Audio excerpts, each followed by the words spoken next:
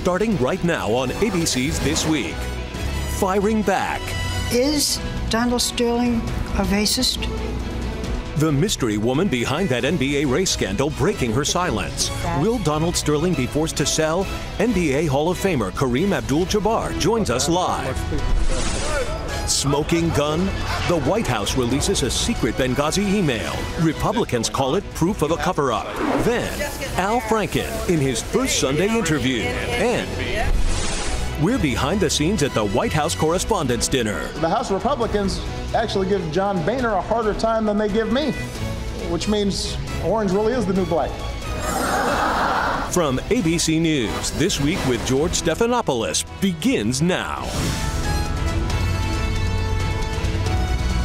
Good morning, everyone. It is a happy one in Los Angeles, where after a week of chaos and controversy, the Clippers came from behind late last night to beat the Golden State Warriors, keep their playoff hopes alive.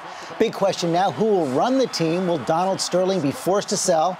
We're learning this morning that the NBA is poised to name a new Clippers CEO, and ABC's Ryan Smith is tracking it all from L.A. Good morning, Ryan.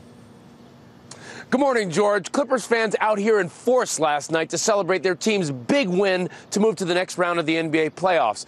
And while the team's fortunes are on the rise, the fate of their team's owner still hangs in the balance. After a week of scandal, a moment of celebration for Clippers Nation. But now, V. Stiviano, the woman at the center of the controversy surrounding the Clippers owner, Donald Sterling, is speaking out in an exclusive interview with ABC's Barbara Walters. Is Donald Sterling a racist? No, I don't believe it in my heart. Will he apologize? Only God knows. Sterling had been silent since he was banned from the NBA for life this week over his racist remarks caught on tape by Stiviano. But he broke his silence Friday, telling Du Jour magazine, quote, "I wish I had just paid her off." While Sterling's offensive remarks may now cost him his team, his history of alleged racial discrimination has been thrust into the spotlight. Sterling was sued in 2006 by the Justice Department for discrimination against minorities in his rental properties, settling for a record $2.7 million in 2009. Darrell Williams is a former tenant who sued Sterling for forcing him out of his apartment. Basically, you would be tricked into being evicted, and they all happen to be people of color. But while Sterling's remarks have sparked outrage, recent surveys show that discriminatory views are still widespread. Some 28% of white Americans say it's okay to discriminate when selling a home, while 40% say whites are more hardworking than blacks. And some see hypocrisy in the backlash over Sterling's comments now. His reprehensible comments documented in court about housing discrimination caused zero outrage. But let the man get caught in a private conversation. Now we want to get outraged and run him out of basketball. It's a joke. On Thursday, an advisory committee of NBA owners met to agree on the process for removing Sterling from ownership, and they agreed to move forward as, quote, expeditiously as possible. They'll convene again this week to try to move that process forward. George? Okay, Ryan, thanks. With that, let's bring in one of the greatest NBA players ever, Kareem Abdul-Jabbar. Thank you for coming in this morning. I was struck by this essay you wrote in Time magazine, scathing essay, Welcome to the Finger-Wagging Olympics. And one of the things that you said bothers you most is how everyone acted as if this was a huge surprise. Yeah, it certainly should not have been a surprise to anybody that was paying any attention to Mr. Sterling over any period of time. You worked with him back in 2000. You coached the Clippers for a bit. Yes. And what did you see then? Did you see a racist? No, I didn't see a racist then. Mr. Sterling, for the most part, was gracious. He invited me to his daughter's wedding. You know, I didn't feel that there was any racial animus in the man.